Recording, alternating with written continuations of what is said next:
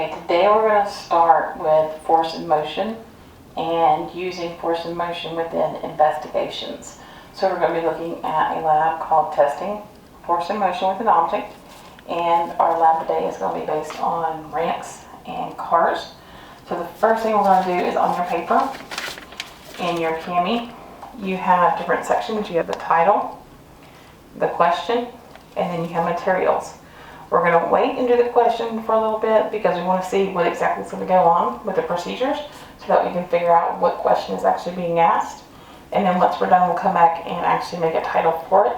So we're going to start with the materials that we're going to use for our ramps and cars investigation. All right, so for our materials, we're going to use one brick. So on your paper, you're going to write brick, and then we only need one of them. Okay? We have a car. So we have a car, and I only need one car. I'm going to be using a meter stick. I need my meter stick to measure. So I'm going to write meter stick. I need one of those. I have my ramp to go downhill.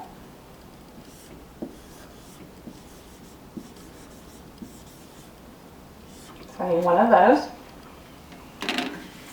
I'm also going to use a textbook because my ramp is so thin. I need something to kind of ground underneath my ramp. So I'm going to use our Gateways textbook.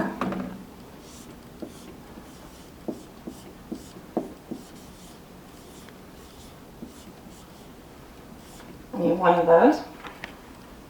And then I have on the floor, we're going to use our carpet. Okay. We're also going to use the smooth tile on the floor.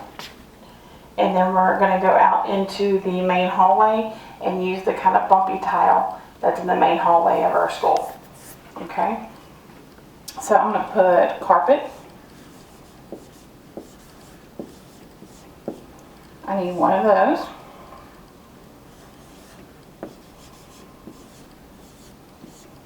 Our smooth tile, like in the classroom.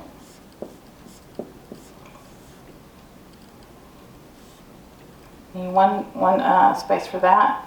And then we have our bumpy tile. So at this point, if you need to pause so you can write down all your materials in your materials section of your CAMI document, go ahead and do that, and then we will start with the procedures.